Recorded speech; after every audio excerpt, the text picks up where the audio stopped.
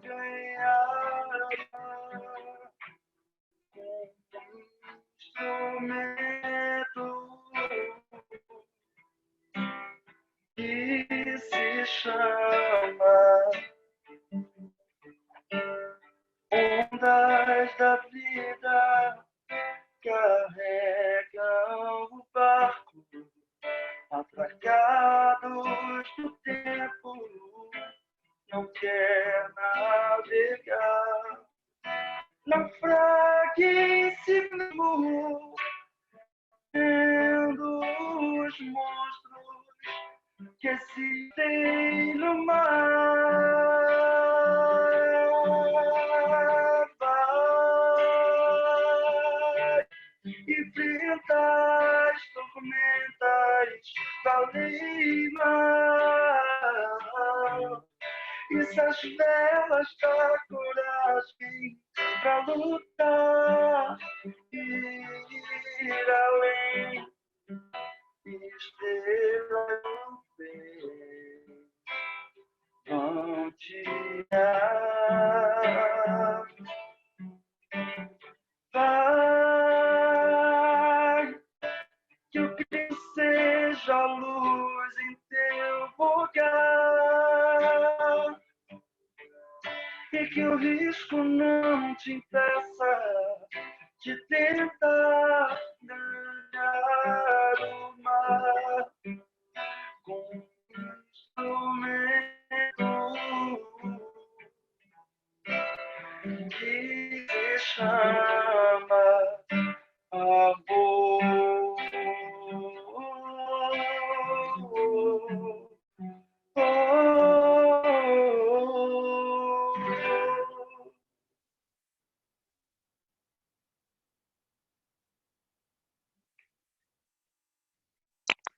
Obrigada, música maravilhosa, adoro, amo. Obrigada, Liz, pelo carinho, viu? Obrigado, gente. Boa noite para todo mundo. Tá convidado para sempre, hein? Né, Meg?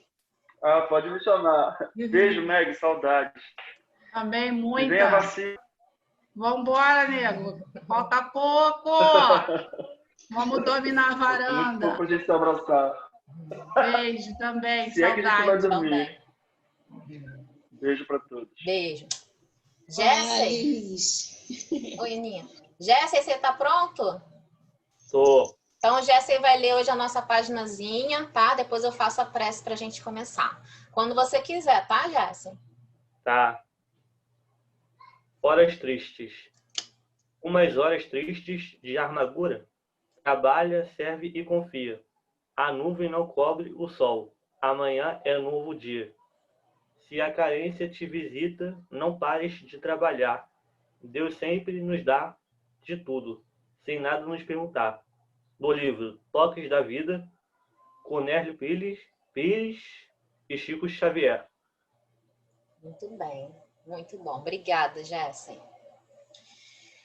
Então, vamos elevar os nossos pensamentos ao nosso mestre querido, que tanto nos ampara, que tanto amor irradia de seu coração, bondoso, amigo, que possamos, nesta noite que estamos aqui novamente reunidos em torno do seu evangelho, em torno do seu amor, que possamos nos sentir envolvidos por esse amor magnânimo que envolve a nós, ao nosso planeta, que envolve a todos nós que precisamos tanto deste amor.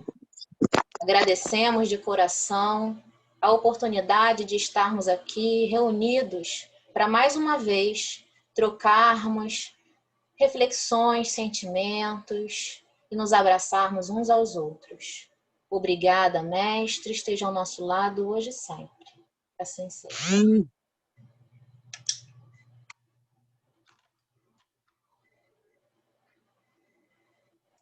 Eu tô aqui no comando e eu tô... Ô, Meg, você tá no computador, você pode ficar como co-anfitriã para ir liberando a entrada do pessoal para mim? Posso, sim. Então vou te colocar, tá? Tá. É só apertar liberar, é isso? Só apertar admitir ou que apareça para você aí, Pronto. tá bom? Isso aí dá para eu fazer. Pode deixar. Tá certo. Paulo, Portugal. Muitas visitas ilustres, viu? Ó, eu Carol, acho que legal.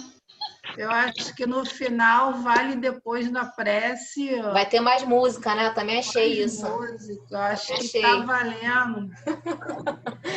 Bom, vamos começar então. Vou fazer um pedido para a gente facilitar o nosso estudo, que vocês, se possível, mantenham fechados os microfones, por enquanto, tá? No final a gente vai abrir, mas por enquanto, para manter fechado, para os ruídos não interferirem na minha leitura, né? Ou não, quando alguém for falar, tá bom?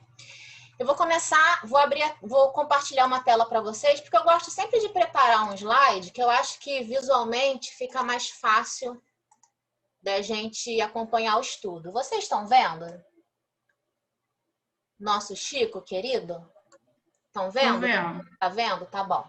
Ó, já tem a Kátia aí querendo entrar. O nosso estudo, então, é sobre a obra Boa Nova, ditada pelo Espírito Humberto de Campos, psicografia do Chico Xavier, tá? Antes da gente entrar no estudo da obra, antes mesmo da gente... A gente vai começar com a leitura do prefácio, mas antes de entrar no prefácio, vamos conhecer um pouco de Humberto de Campos. Principalmente porque é importante a gente conhecer o autor do livro, né? Mas principalmente esse autor, né? Porque a história dele traz para a gente, né, no decorrer do livro, no prefácio, um espírito transformado pelas mensagens do Cristo. Então, conhecer um pouco da trajetória dele faz a gente ter a noção de como Cristo tocou o coração desse irmão. Então, vamos fazer rapidinho aqui uma leitura desse resumo, né, que eu fiz. Ele nasceu na cidade de Piritiba, no Maranhão. Essa cidade hoje, inclusive, leva o nome dele. Depois ele veio para o Rio de Janeiro, né, e se tornou muito famoso. Brilhante jornalista, cronista perfeito, suas páginas foram colunas em todos os jornais importantes do país. Todos os jornais importantes da época tinham que ter uma crônica ou uma leitura do Humberto de Campos. Foi membro da Academia Brasileira de Letras. Inclusive, essa roupa que ele está usando é a roupa oficial da academia, né? Que eu tirei de lá do site da academia. E a academia define ele assim, ó: jornalista, crítico, contista, memorialista. Autodidata, grande leitor. Acumulou erudição que utilizava nas suas crônicas. A certa altura da vida, quando minguadas se fizeram as economias, teve a ideia de mudar de estilo, adotando o pseudônimo de Conselheiro X.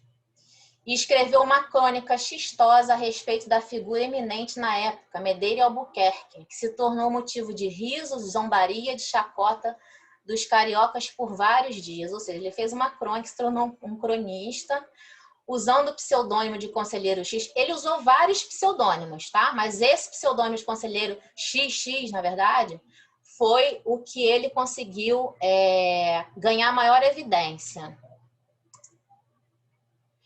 Só que ele adoeceu, né? Quando ele foi ficando mais velho, ele adoeceu. E quando ele adoeceu, ele modificou completamente o seu estilo. Sepultou o Conselheiro X e das cinzas. Esse texto aqui eu tirei da FEB, tá? Qual fênix luminosa nasceu outro Humberto, cheio de piedade, compreensão e entendimento para as fraquezas e sofrimentos de seu semelhante.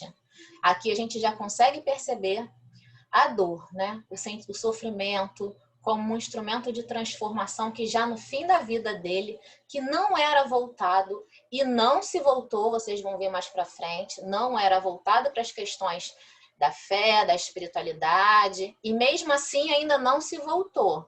Porém, já estava sentindo a necessidade de acalmar o seu coração, de voltar o seu olhar para aqueles que também sofriam. Começou a receber cartas dos seus leitores que se sensibilizaram com a sua condição, tanto para incentivar ele, como para se oferecer, porque ele foi ficando cego, para se oferecer a escrever, continuar escrevendo, para datilografando para ele enquanto ele ditava. Então, ele já com o coração, né, já sofrido, já passando ali pela dor, pela doença, já começou a dar uma transformação. Em 1933, já adoecido, publicou sob forma de crônica um texto de seu diário para responder aos seus leitores mais preocupados questionamentos acerca da fé e, sobretudo, acerca da sugestão de alguns para que procurasse o espiritismo na tentativa de cura. O que aconteceu? Muitas dessas cartas que ele recebia dos seus leitores falavam para ele: procura o espiritismo, porque a ciência do mundo não conseguiu te ajudar, procura pelo menos mais uma oportunidade de você ter uma cura, né? E ele fez uma crônica que foi publicada no jornal da época. E nessa crônica, ele se sentiu na obrigação de responder a essas pessoas que puxavam dele, né? O que você acha de Deus nesse momento? Você precisa se voltar para a espiritualidade, você precisa conhecer o espiritismo, né?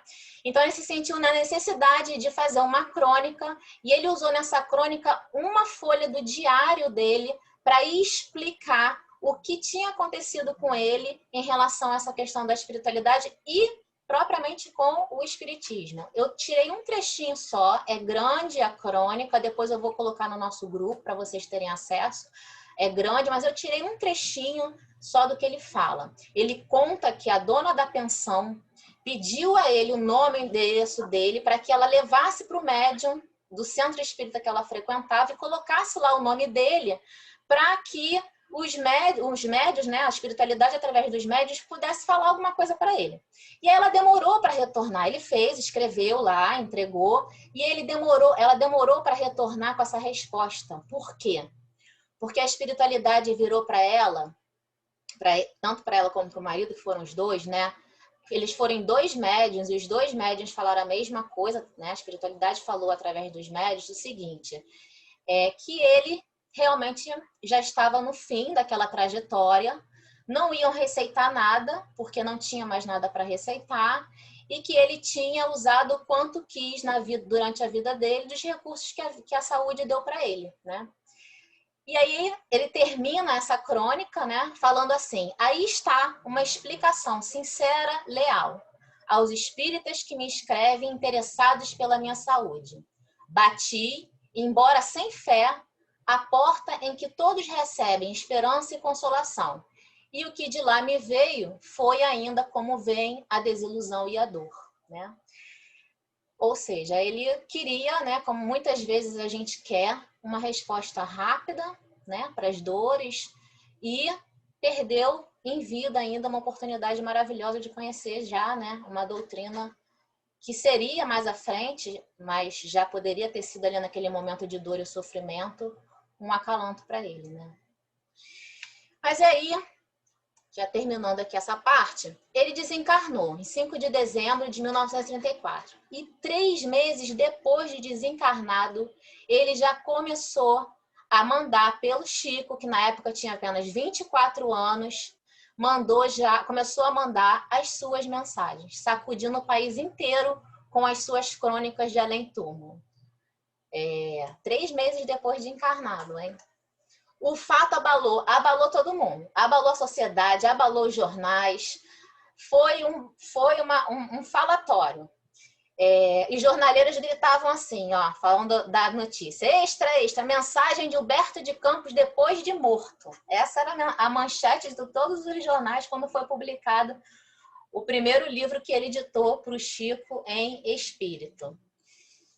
Pouco tempo depois, aí vem aquele caso que muitos conhecem, né? Que a família dele entrou com uma ação judicial contra a FEB e contra o Chico para poder exigir os direitos autorais daqueles livros, né? Mas a federação ganhou a causa, tá? Humberto de Campos, constrangido, ausentou-se por longo período e quando retornou a escrever, usou o pseudônimo de Irmão X. Então, nos próximos livros que ele escreveu, tem muitos livros dele que ele escreve, mensagens também que ele escreve com esse pseudônimo, por conta de tudo isso que aconteceu, né? E para também poder proteger um pouco a família, né? Então, essa história resumidíssima do Humberto de Campos, mas importante porque no prefácio que a gente vai começar a ler hoje do livro, a gente já começa a perceber, né, a transformação desse espírito através do contato no plano espiritual com as mensagens de Jesus. Isso impregna o nosso coração. Eu quero avisar para aqueles que não conhecem que a minha voz embarga de vez em quando, tá? Eu sou muito chorona, principalmente quando fala de Jesus. Mas vamos prosseguir. E aqui a gente já entra no estudo do livro, tá? A gente começa na introdução, que seria a introdução, que é uma carta, que é uma mensagem do próprio Humberto de Campos, né? Falando sobre a transformação dele e falando sobre a obra. Essas partes que eu marquei são partes para a gente construir as nossas reflexões, tá? Eu vou lendo e é um estudo dirigido, então a gente precisa ler o texto e aí eu vou comentando. E aí, o que eu falo para vocês? Quem quiser até anotando alguma coisa que queira falar no final, pode anotar, que como eu falei no início, no final a gente vai abrir para quem quiser falar, ou fazer reflexão, ou se colocar, tá bom? Vou começar. Na Escola do Evangelho. Esse título, ele já traz para a gente uma informação muito importante, que a gente vai entender mais para frente. Oferecendo esse esforço modesto ao leitor amigo, julgo prudente endereçar-lhe uma explicação quanto à gênese destas páginas, ou seja, quanto à construção dessa obra, do porquê da construção dessa obra. Dentro delas, sou o primeiro a reconhecer que os meus temas não são os mesmos. Aqui ele já demonstra a transformação do espírito. Os que se preocupam com a expressão fenomênica da forma não encontrarão, talvez, o mesmo estilo. Em período algum, faço referências de sabor mitológico. E naqueles velhos amigos que, como eu próprio aí no mundo, não conseguem atinar com as realidades da sobrevivência, surpreendo, por antecipação, as considerações mais estranhas. Alguns perguntarão com certeza se foi promovido a ministro evangélico. Aqui, ele já fala que a escrita dele já não é mais a mesma, né? Ele já não se apega mais às escritas de estilo, ele já não se apega mais àquelas crônicas que cutucavam a sociedade, ele não se apega mais às questões do mundo, agora do mundo material. Ele agora volta o seu coração para questões que, quando em vida, ele não como os amigos dele, ele não conseguiu perceber, que são as questões da vida do plano espiritual. Semelhante admiração pode ser natural, mas não será muito justa. O gosto literário sempre refletiu as condições da vida do espírito. O que ele está falando aqui? Ele está dizendo o seguinte: o gosto pela literatura, isso acontece com a gente também. A gente se vincula pela lei de atração, pela nossa vibração, a coisas que estão de acordo com a nossa vibração. Então, estamos na vibração de muita fofoca. Vamos nos voltar para questões de muita fofoca, seja leitura, seja com os amigos. Nós temos livros de todos os tipos, de todas as espécies. Temos filmes, temos programas, temos tudo de todas as qualidades e gostos. Nós sempre vamos nos voltar para aquele tipo de programa, de livro, seja lá o que for, de acordo com a vibração que o nosso espírito apresenta. Então, o que ele está falando aqui? Ele vai falar, no início, ele tinha uma vibração, né? E essa vibração representava a escrita dele, a literatura dele, de crítica, de estilos, né? De querer se colocar como um culto, mas depois isso mudou. E ele coloca, não precisamos muitos exemplos para justificar o acerto. Minha própria vida... Minha própria atividade literária na Terra divide-se em duas fases essencialmente distintas. As páginas do conselheiro XX são muito diversas daquelas em que vazei as emoções novas que a dor, como lâmpada maravilhosa, me fazia descobrir no país da minha alma. Olha que coisa curiosa, né? A gente leu lá no resumo da vida dele que quando ele recebeu uma mensagem lá que a dona onde ele morava trouxe para ele da espiritualidade, falando para ele que não tinha mais condição, né? Que já estava mesmo no limiar da transição dele. E ele ali, envolvido naquela dor, naquela angústia, ele se sentiu abandonado, né? Ele falou, isso não existe, essa coisa aí de espiritualidade não existe, porque eles me abandonaram, olha aí. E agora, ele já falando da dor como lâmpada maravilhosa, já se referindo à dor que naquele momento ele não conseguiu entender, mas que agora ele já tem esse conhecimento da dor como uma transformação, instrumento de transformação do espírito. E que me fazer descobrir o país da minha alma, ou seja, ele conseguiu entender que ele deveria se voltar para dentro dele e não mais para fora. Meu problema atual não é o de escrever para agradar, mas o de escrever com proveito. Sei quão singelo é o esforço presente. Entretanto, desejo que ele reflita o meu testemunho de admiração por todos os que trabalham pelo Evangelho no Brasil. Nas esferas mais próximas da Terra, os nossos labores por afeiçoar sentimentos, a exemplificação do Cristo, são também minuciosos e intensos. Ou seja, né, ele descobriu que o trabalho continua, o trabalho prossegue. Escolas numerosas se multiplicam para os espíritos desencarnados. E eu, que sou agora um discípulo humilde desses educandários de Jesus, reconheci que os planos espirituais têm também o seu folclore. Folclore aqui não é no sentido que a gente costuma entender de folclore, não, tá? Folclore como um estudo da cultura de um povo. Estudo da cultura do povo à época de Jesus. E aqui eu vou fazer uma pausa, porque essa parte aqui, escolas numerosas se multiplicam para os espíritos desencarnados, é uma informação muito importante. Eu vou até tirar o compartilhamento aqui da tela, porque eu acho que isso é uma questão que a gente precisa se voltar muito para isso, que é o seguinte. A gente sabe, quem já leu os livros de André Luiz, né, de Ivone Pereira, não faltam relatos de que no plano espiritual há muitas escolas onde a gente, né, quem tiver o interesse, pode se matricular e lá a gente continua, a gente prossegue, né, estudando, prossegue aprendendo, tudo que a gente aqui aprende lá a gente também pode aprender. Porém,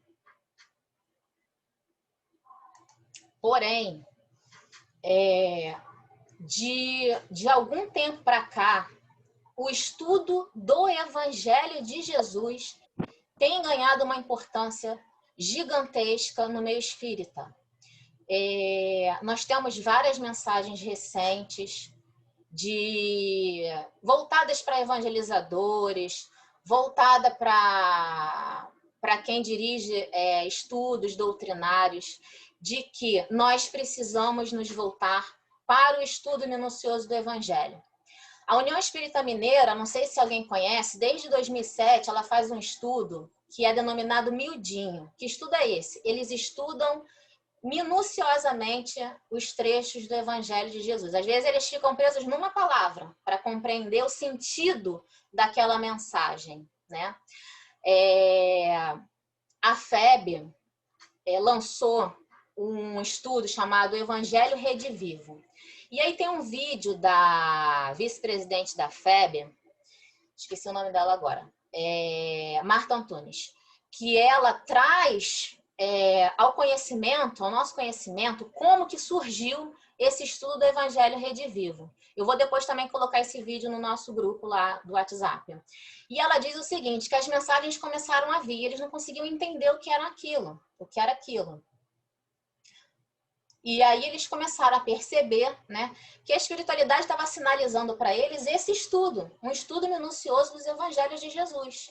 E aí ela relata lá a criação de uma cidade É muito interessante o vídeo. Uma cidade, foi determinado que se criasse uma cidade no plano espiritual, e essa cidade deveria ter toda a geografia da antiga Palestina, toda a ambientação, né? Vocês imaginam, gente, estudar o Evangelho, né? Aqui no nosso grupinho, já traz pra gente tanta emoção. Vocês imaginam o que é estudar o Evangelho de Jesus no plano espiritual? O que não deve ser isso, né? Que viagem maravilhosa não deve ser isso, estudar o Evangelho no plano espiritual, com todos aqueles recursos que eles têm, né? Que a gente entra como se fosse um cinema 8D, 10D, sei lá. Se aqui na Terra a gente já tem cinema 4D, que a gente sente o cheiro, que a gente sente o pinguinho da chuva caindo, imagina no plano espiritual, você está dentro da cena, né? Você está ali envolvida na cena. Então, assim, eu fiz essa pausa porque eu acho que isso é muito importante hoje, por isso a minha proposta do estudo do Boa Nova. Nós fizemos o estudo do Evangelho já há 2 anos, o estudo do Boa Nova é um aprofundamento, é a gente chegar mais próximo ainda de Jesus, e aí é isso que eu queria falar, tá? Vamos voltar lá para o texto.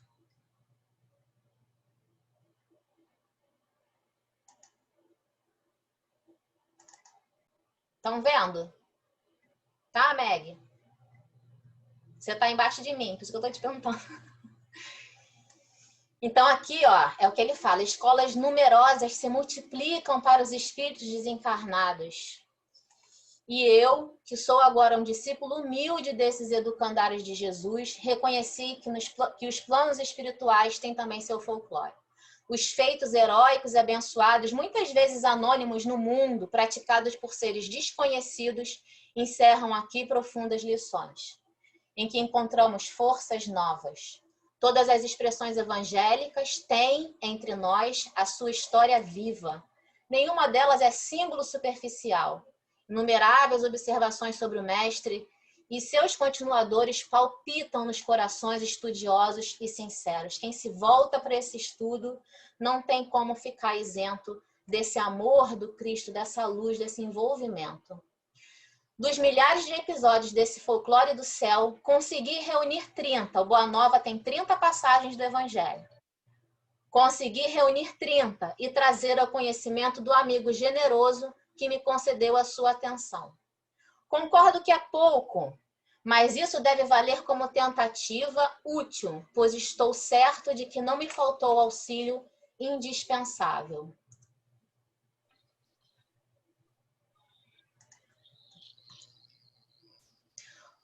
Hoje não mais cogito de crer, porque sei. Gente, olha que relato, né?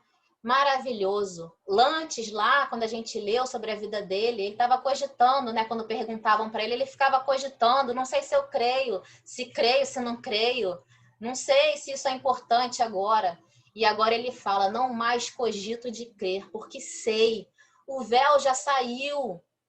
Já caiu o véu, ele já está hoje vivendo no plano espiritual. Hoje ele já está vendo que a vida prossegue e isso é uma realidade. Então ele não precisa mais cogitar, ele não precisa mais fazer construções que às vezes a gente, mesmo já tendo acesso, né? Ele não quis ter no final da vida dele, né? Quando foram lá cutucar dele, a espiritualidade deu uma cutucada nele, né? Mandou várias pessoas, mandaram cartas para assim, volte-se para a espiritualidade, volte-se para Deus, vai ver que história é essa de espiritismo que está surgindo aí.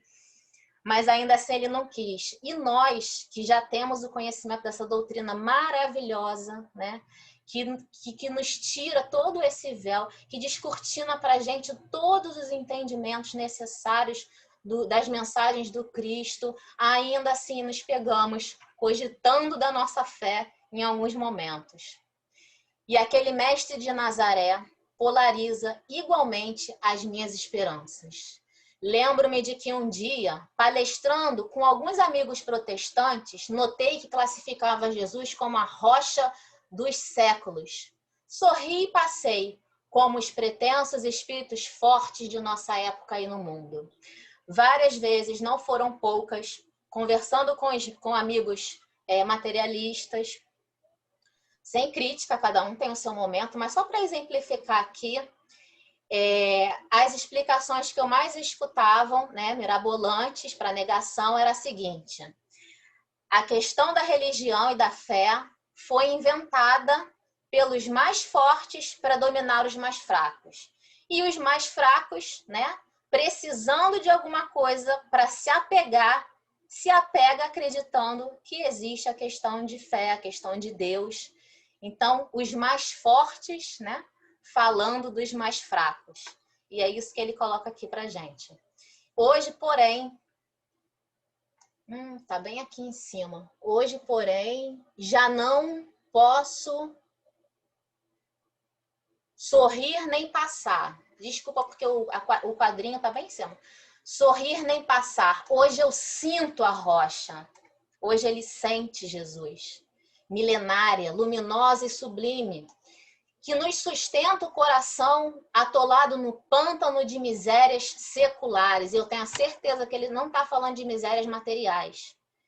E aqui estou para lhe prestar o meu preito de reconhecimento com estas páginas simples, cooperando com os que trabalham devotadamente na sua causa divina de luz e redenção.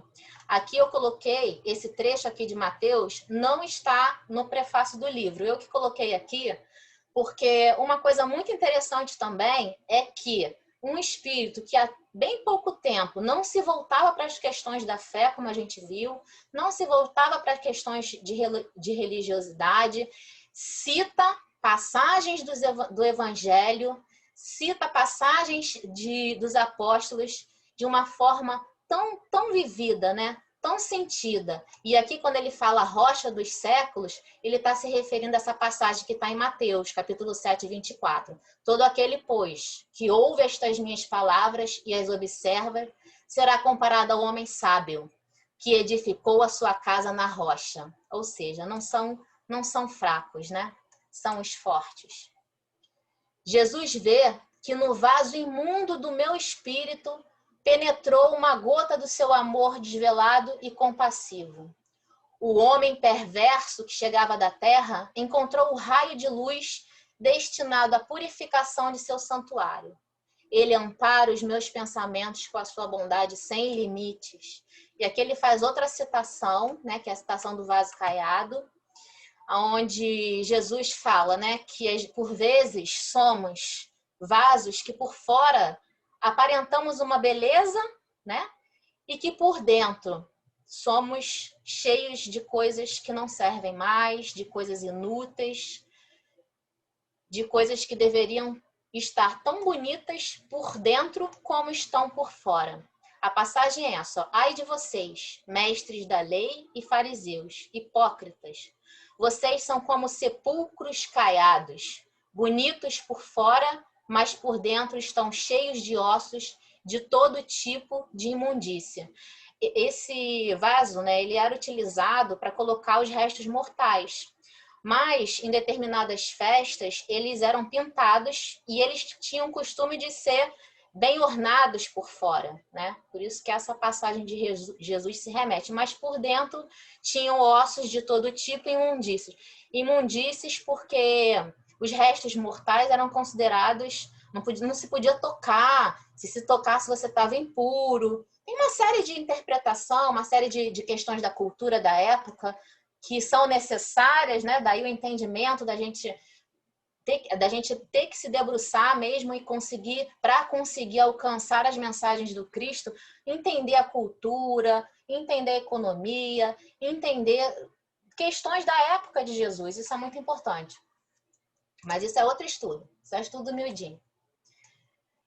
Ele ampara os meus pensamentos com a sua bondade sem limites. A ganga terrena ainda abafa em meu coração. O ouro que me deu da sua misericórdia. Quer dizer, a sujeira, né, o que não serve ainda, que ainda está dentro dele, ele reconhece, na humildade de reconhecer que ele ainda tem sentimentos dentro dele, mesmo já tendo esse contato, esse conhecimento, esse esclarecimento, ele sabe que dentro dele ainda tem muita coisa para ser transformada. Mas como Bartolomeu, olha, citando o apóstolo da boa vontade, Bartolomeu, ele é o apóstolo da boa vontade. Tem uma passagem dele no próprio Boa Nova que a gente vai ler e a gente vai entender por que ele é entendido como o apóstolo da boa vontade, né? Já possuo bom ânimo para enfrentar os inimigos de minha paz que se abrigam dentro de mim mesmo. Um espírito que já consegue reconhecer que os seus inimigos não são mais exteriores, são internos, que é a transformação íntima que vai levar ele à paz, que vai levar ele à felicidade. Tenho a alegria do Evangelho porque reconheço que o seu amor não me desampara. Confiado nessa proteção amiga e generosa, meu espírito trabalha e descansa. Agora, para consolidar a estranheza dos que me leem com sabor de crítica, tão ao gosto do nosso tempo, justificando a substância real das narrativas desse livro, citarei o apóstolo Marcos quando diz: e sem parábola nunca lhes falava, porém, tudo declarava em particular aos seus discípulos. O que ele está falando aqui? Ele está falando o seguinte, ele está justificando o conteúdo do livro Boa Nova, porque a gente vai ver ao longo do estudo que o Boa Nova traz para a gente conhecimento de passagens que não estão nos evangelhos, né? Ele acessou os arquivos do plano espiritual. A gente sabe, né, que os evangelhos foram escritos de forma muito resumida, por várias questões, né? Questão financeira, o material para escrita na época era muito caro. Por outras questões tantas, o evangelho é o resumo, né? E que nós temos hoje, graças a essa doutrina maravilhosa que o Espiritismo traz para a gente, muitos e muitos textos do plano espiritual que abrem, que ampliam esse estudo para a gente, porque trazem a passagem e tudo o que aconteceu, ou antes ou depois, e muitas das vezes antes e depois. Então a gente consegue ter, por isso que eu tenho uma paixão pelo Boa Nova. O Boa Nova traz para a gente uma amplificação dos evangelhos de Jesus e leva a gente para dentro da cena, leva a gente para perceber o sentimento, o acolhimento que Jesus fazia. E é uma leitura que a gente não precisa ter interpretação, é uma leitura pronta para a gente, né? Clara, pronta. E sem parábola nunca lhe falava, porém tudo declarava em particular aos seus discípulos. Outra informação importante do livro. O que ele está dizendo aqui? A gente sabe que Jesus se utilizava, um dos métodos que ele se utilizava para passar os ensinamentos dele eram as parábolas, né? Mas no Boa Nova a gente vai ver que no íntimo do relacionamento dele com os seus apóstolos, ele falava de forma muito clara, ele esclarecia de forma sem parábolas, ele era claro, ele respondia aos questionamentos, sempre com muito amor, sempre com muito acolhimento, mas ele respondia de forma clara, porque nós vamos ver também que esses espíritos não foram escolhidos como parece ao acaso, né? Foram espíritos preparados para essa missão tão sublime de sustentar e divulgar o Evangelho de Jesus. Mas isso é mais lá para frente. E o apóstolo João, quando afirma: há, porém, ainda muitas outras coisas que Jesus fez e que se cada uma de per si, né, se cada uma por ela fosse escrita, cuido que ainda nem o mundo poderia conter os livros que se escrevessem. Ele coloca isso aqui para falar para eles: olha, vocês vão ler aqui passagens do Evangelho que eu estou afirmando que aconteceram, que vocês não vão ler no livro sagrado que vocês conhecem, mas eu posso afirmar com vocês, se vocês perceberem as mensagens que estão lá no próprio Evangelho, de que essas histórias são verdadeiras. Então aqui ele dá, né? Ele dá a mensagem, cita a fonte, vai lá ver que eu tô certo, não tô errado. E encerrando a parte que eu mais gosto. E é só. É só. Olha que humilde. Como se vê, não faço referências aos clássicos da literatura antiga ou contemporânea. Cito Marcos e João. É que existem espíritos esclarecidos e espíritos evangelizados. E eu agora peço a Deus que me abençoe a minha esperança de pertencer ao número destes últimos. Eu não quero mais ser um coração voltado para literaturas sem conteúdo que vão acrescentar ao meu espírito a luz, a paz, a felicidade que eu tanto almejo. Que eu acredito que é o que todos nós estamos sempre em busca, por isso estamos aqui reunidos, para esse estudo, para conhecermos um pouco mais das passagens de Jesus, para nos sentirmos mais próximos do nosso Mestre. E eu também rogo a Deus que possamos sair mais evangelizados do que entramos. Meus amores, espero que tenham gostado desse nosso primeiro dia de leitura. Faltam 10 minutos, mas hoje é um dia especial que a gente está retornando. E agora é o momento que eu abro, tá? Para quem quiser, eu só vou pedir um favorzinho para vocês. Quem conheceu o recurso de levantar a mãozinha, eu vou pedir para levantar a mãozinha. Quem não conhecer, levanta no vídeo, assim, que aí que eu vou organizando aqui, eu vou abrindo na sequência, tá? Ó, vou na sequência da minha tela. Ana quer falar. Pode falar, Ana. Eu não consigo, eu procurei aquilo e não achei para levantar a Não tem mãozinha. problema. Eu me lembrei, né? Eu fui até lá no quarto buscar, né? Um livro que eu fiz um curso também, da Joana de Ângeles, Jesus e o Evangelho, um livro da psicologia profunda. E fala, né? É um parágrafozinho pequeno, né? Que eu me lembrei desse estudo, que tem muito a ver com essa fala aí do Humberto, né?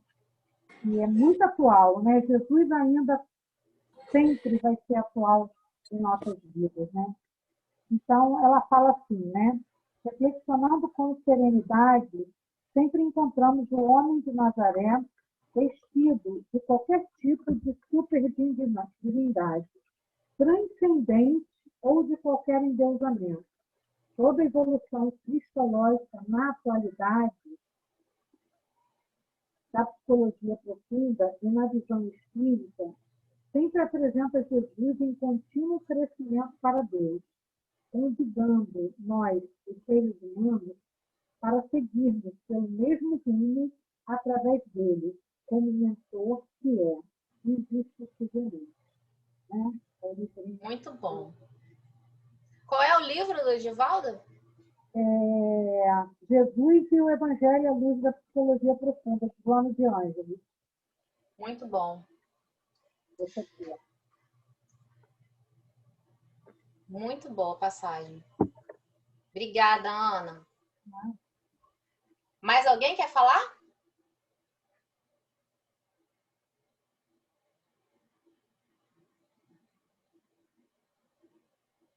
Então eu vou chamar, hein? Ítalo, meu amigo querido. Olá.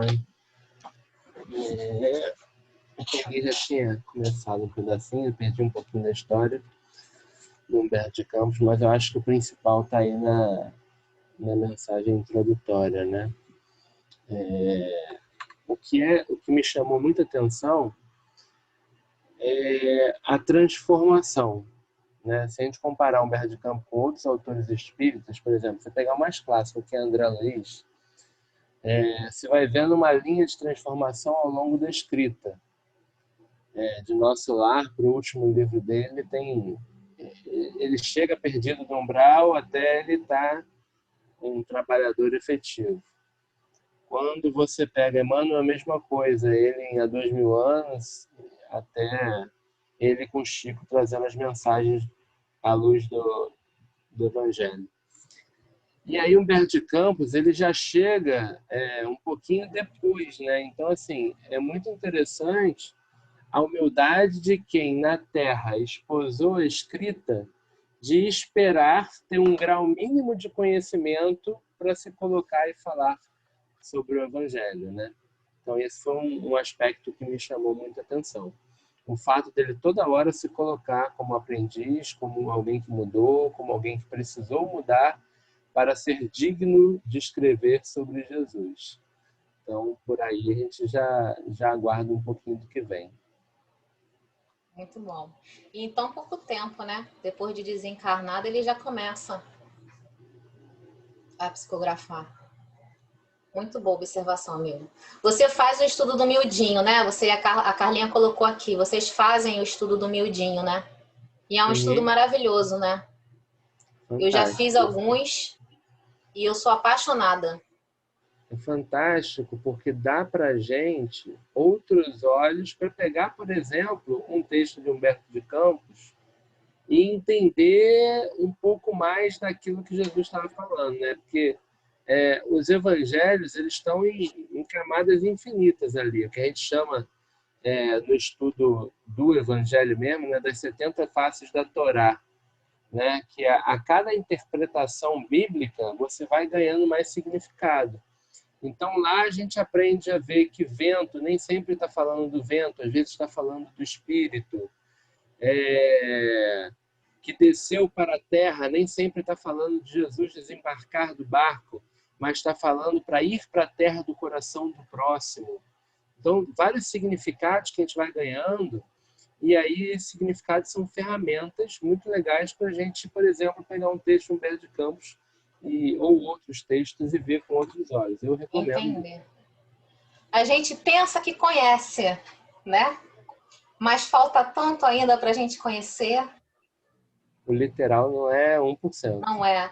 E a espiritualidade, como eu falei, quando eu parei a leitura, né? E eu falei, a espiritualidade tem sinalizado muito isso para a gente, muito. Até voltado para o trabalho de evangelização espírita, eu tenho um livro aqui, que é esse Diretrizes Apostólicas, que ele usa os apóstolos, né, como exemplos para os evangelizadores. E aqui no prefácio dele, que é um prefácio de Blandina, ela fala assim, ó, em nosso plano de ação, para nossa instrução e roteiro de conduta, ou seja, no plano espiritual, temos um acervo literário completo sobre a vida de personagens conhecidas e anônimas. Olha aqui como ela está falando nos mesmos termos que Humberto de Campos falou para a gente. Personagens conhecidas e anônimas, quantos espíritos trabalhadores que passaram por nós sem ganharem, né, evidência, sem ganharem nome, mas que executaram trabalhos maravilhosos de coração puro e verdadeiramente voltados para o Evangelho de Jesus. Suas lágrimas e seu sangue para o avanço do cristianismo no planeta, dentre eles os apóstolos. Ou seja, ela fala aqui também que eles têm acervos, eles têm acesso a acervos no plano espiritual e continuam trabalhando, e continuam estudando, e continuam se debruçando sobre os textos para poder compreender esses ensinamentos do Mestre, que é, para nós, o nosso modelo e guia, e que o Evangelho é, para nós, o único roteiro seguro para que a gente consiga alcançar a felicidade e a paz, né? E como nunca, eu acho, né, nós que estamos encarnados agora, precisamos tanto nesse período tão difícil ainda compreender, ainda entender, ainda nos aproximarmos cada vez mais desses ensinamentos de Cristo e sempre agradecer muito por esses espíritos que se esforçaram, né, e deram tudo de si para trazer esses ensinamentos para a gente. Mais alguém quer falar? A Carla está com a mão levantada, amiga. Deixa eu só, antes dela falar, só pegar o gancho do que você falou. Um dos evangelhos que a gente tem mais registros de ações de Jesus é o Evangelho de Lucas. E lá tem cerca de 27 sermões, 38 curas, assim, juntando tudo, não dá 80, 90 ações. Da primeira cura de Jesus, que foi uma cura que aconteceu no templo de Cafarnaum, ao martírio, se contam mais ou menos 3 anos. Então, a gente está falando de 900 dias. Então, ali, 1/10 está no Evangelho, né?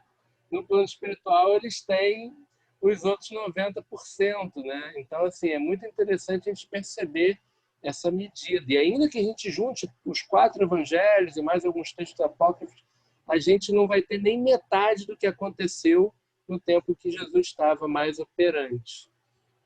Verdade. Carlinha, quer falar?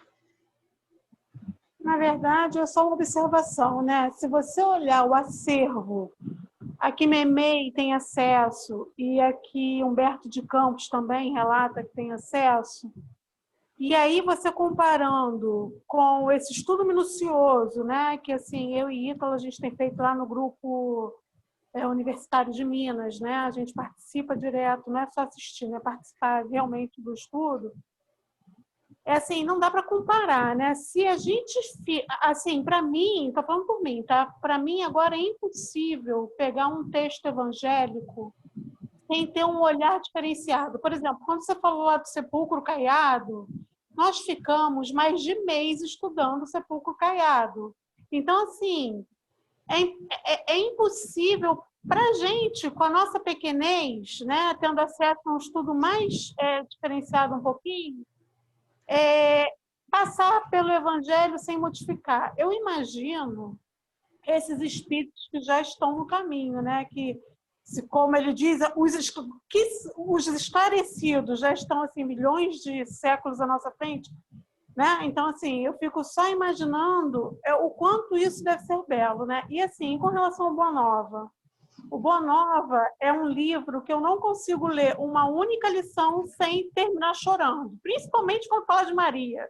Cara, uma vez eu fui cair na besteira de ler publicamente, lá na Comejaca, né, lá no atendimento fraterno, de ler e de tentar estudar aquela página que fala sobre Maria. Cara, eu na minha pequenez, gente, sem chance. Na metade da lição eu estou aos prantos, né, a ponto de não conseguir ler. Então, assim, só por esse prefácio, agora com um olhar diferenciado e nesse estudo dirigido de forma mais cuidadosa, né, mais aprofundada, a gente já consegue vislumbrar o que vai ser o estudo desse livro durante esse período, né? Então, assim, eu queria agradecer muito por estar aqui, né, por ter recebido o seu convite, Elaine, para estar aqui hoje. Eu não sei o que eu vou fazer com o GEB, qual vai ser a desculpa que eu vou dar para não estar lá na terça-feira. Eu estou pensando o que eu vou fazer na minha vida. Mas, assim, esse estudo vai ser um grande presente para a gente. Que bom, fico feliz, viu? Mas eu conto com vocês, com todos vocês, para que a gente faça essa construção desse estudo juntos, tá? Eu também fico muito feliz de ter vocês aqui. Já falei que a minha voz vai embargar, lágrimas vão cair, mas é sempre pro bem. Vamos com bom ânimo. Aninha, você liberou o microfone, você quer falar? Eu liberei. Então eu fala. quero perguntar. Foi muito bacana, né? Eu sempre fui muito fã desse livro Boa Nova, gosto bastante, né? Pela linguagem, né? E ele vem mostrar mesmo, né, para gente a cultura do povo, né? O dia a dia, né? A coisa mais íntima, né? Dos que conviveram com ele, né? Já li alguns capítulos, né? Imagina que a gente está aqui estudando com a Elaine e eles estudavam com Jesus muito próximo. Tirava dúvida, Jesus, eu estou pensando nisso e nisso, e Jesus ia lá e respondia, né? Então, é um livro assim, muito acolhedor, um livro muito aconchegante, que mostra assim, né? um Jesus parceiro, um Jesus amigo, né?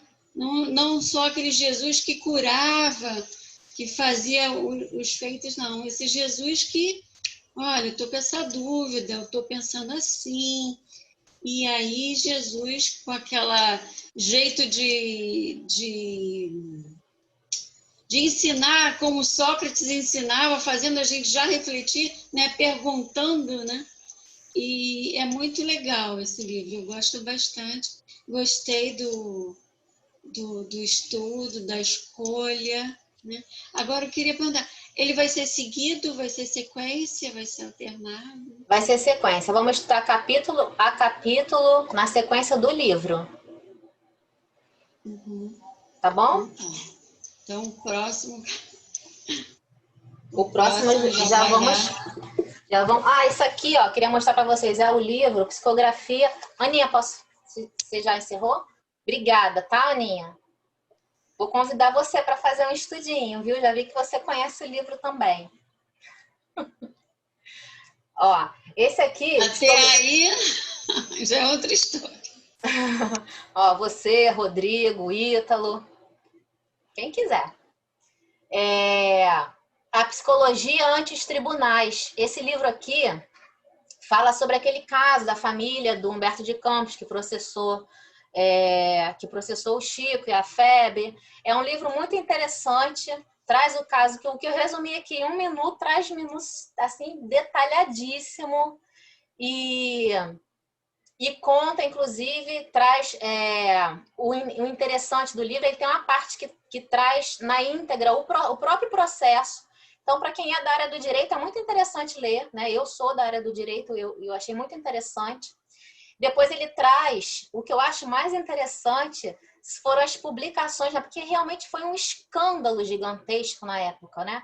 E aí ele traz várias publicações de vários jornais de evidências, várias pessoas eminentes foram chamadas para avaliar o caso, e é muito engraçado. E olha, eu vou te dizer, muitos, né? O engraçado é que eles falam assim, ó, eu não sei o que é, mas que tem alguma coisa estranha aí, porque parece que é Humberto de Campos mesmo. E isso é muito engraçado, essa dúvida que eles ficam, mas não querem assumir, mas também não tem como negar, né? Porque muito o estudioso, né, daquele escritor, né, sabe o estilo dele, pega um texto e se vê na hora que né, ou mais de um. E é até interessante a mãe do próprio Humberto de Campos falando, não, é meu filho sim, porque esse Chico aí não ia conseguir escrever essas coisas não. Então é uma dica de leitura, eu vou colocar lá para quem quiser, tá bom? Alguém mais quer falar para a gente poder encerrar? Mas fiquem à vontade, quem quiser falar.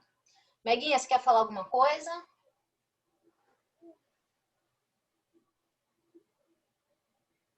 Não, quero não. Não? Então, queridos, quero agradecer muito de coração por vocês estarem aqui.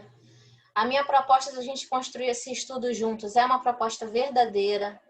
Eu gosto muito quando a gente participa, quando todos dão o seu testemunho, né? Ou podem falar onde se sentiram sensibilizadas. Eu assim como a Carlinha, a cada final de cada capítulo, eu me desfazia em prantos, né? Chorava horrores. E a gente vai ver aqui que é muito emocionante. Então, semana que vem a gente volta, tá? Eu sempre vou abrir a sala 10 minutos antes e estão todos convidados de novo para estar aqui com a gente. E muito, muito obrigada. E agora eu vou pedir quem quer fazer a nossa prece de encerramento. Ô, Elaine, Oi. Eu posso pedir para o Paulinho cantar uma música para a gente antes da prece? Sim, claro. Paulinho, dá esse presente para a gente, Paulinho. Vou cumprimentar alguém aqui. Vou cumprimentar o Rafael Borba. Tudo Oi, bem, garota. Rafael? Estava com saudade. Mande Tamo um beijo juntos para a aí. Flávia. Deixa tá te ouvindo aqui, ela tá aqui te ouvindo. Mande um beijo para ela. Mando Ana sim. Pinho, Rodrigo. Oi. Saudades. Tem gente que eu não conheço também. Tem gente nova aqui. Boa noite a todos. É que ver o Paulinho e não escutar ele cantar dá um dó no coração, né? Não tem como, né? Ele acho que ele foi lá, pegou o violão. Pegou o violão. Pronto, ele está se preparando ali. Mas antes do Paulinho começar, deixa eu perguntar de novo. Quem quer fazer a nossa prece de encerramento? Que aí quando o Paulinho terminar, a gente já emenda na prece. É só um, tá? Vou falar igual o Ítalo fala. É só um, tá? Se quiser, eu faço. Ô, Ana, faz então pra gente, tá? Por favor. Obrigada, tá? Então, Paulinho, pode colocar essa voz linda pra gente. Tá ouvindo? Tá baixinho, mas tá dando para ouvir.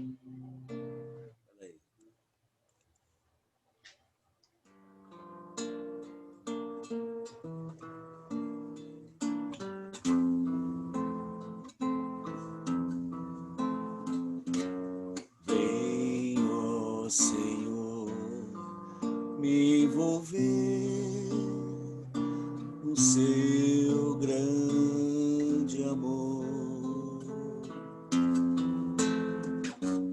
Vem, ó Senhor, quero ser um pássaro cantador.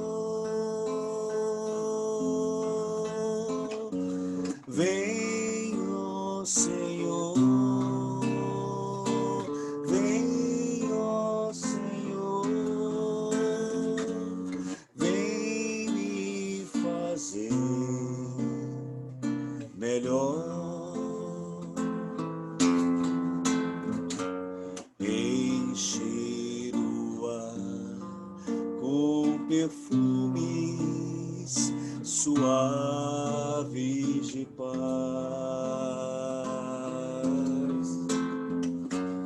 Quero abraçar criancinhas, fazê-las felizes. Vem, ó Senhor, vem, ó Senhor, vem me fazer melhor. Encher o ar com perfumes suaves de paz. Quero abraçar criancinhas, fazê-las felizes. Vem, ó Senhor, vem, ó Senhor, vem me fazer melhor.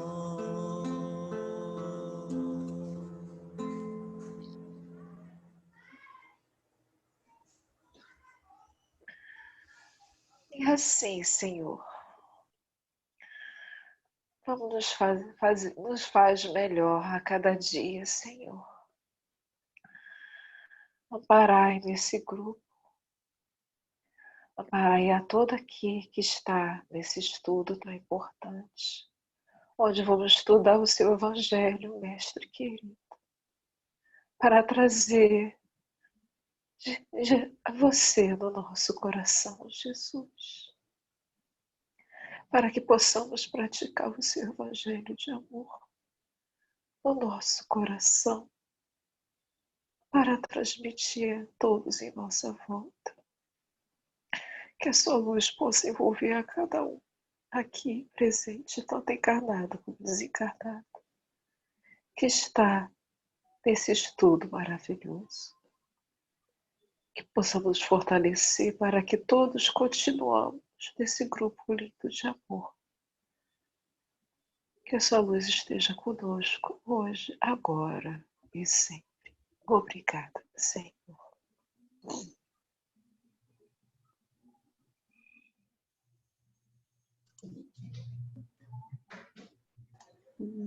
Queridos, muito, muito obrigada. Paulo, obrigada. Ana Cristina, obrigada, viu? Olha, Boa noite a todos.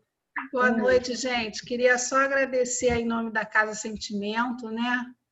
E lembrar que essa sala vai ser aberta 10 minutinhos antes, para justamente nós vamos tentar ter convidados para fazer a nossa ambientação. E agradecer aí todo mundo, Paulinho colaborou, a Ana Cristina também aí, que são pessoas que têm muito a contribuir com essa sensibilização também. Então, um beijo em todos. Fiquem abraçados. Beijos. Beijo, Fiquem com Deus. Boa noite. Obrigado por tudo. Beijo, povo. Beijo para Beijo. todos. Obrigado pelo convite. Beijo, beijo, beijo. Mariana. Beijo. Beijo a todos.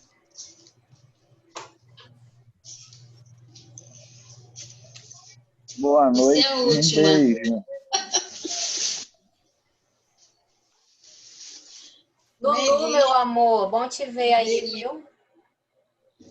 O Lurdinha e o Carlos. Ó, eu vou encerrar porque eu tô gravando, para não ficar muito Então tá. grande, tá bom? Um beijo. Beijo.